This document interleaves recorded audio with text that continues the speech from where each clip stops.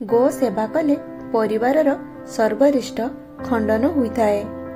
परिवार रे सुख समृद्धि वृद्धि प्राप्त होइथाए। केबे हेले भी बिना कारण रे गोरु को बाड़ांतु नाही। एहा कले सकल अनिष्ट होइथाए।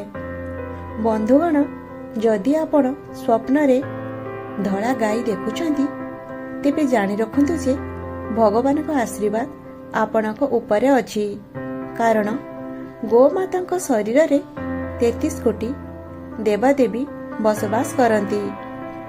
जदि आपण को लगुची आपणकर ग्रह दोष अछि तेबे आपण प्रतिदिन गाई को रुटी खाइबा को दियंतु।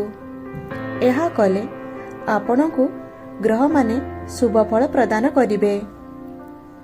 प्रतिदिन गाई को मीठा रुटी खाइबा को देले आपणक मानसिक चिंता दूर होइथाए। दर्शक बंधु, मंगलवार दिन रास्तार जाउथिबा गाई को रुटी खाइबा को देउछंती आपणकर धन हानि घटिब नाही। परिवार रे सुख शांति रहिबो।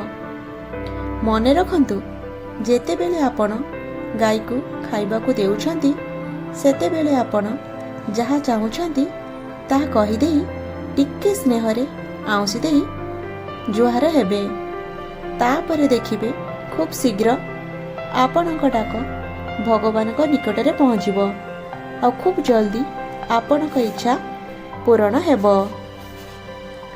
बंधुगण, जदि गाई को कांदिबार देखंती तेबे आपण सचेतन होइजिबे जे परिवार उपरे विपद आसिबार अछि।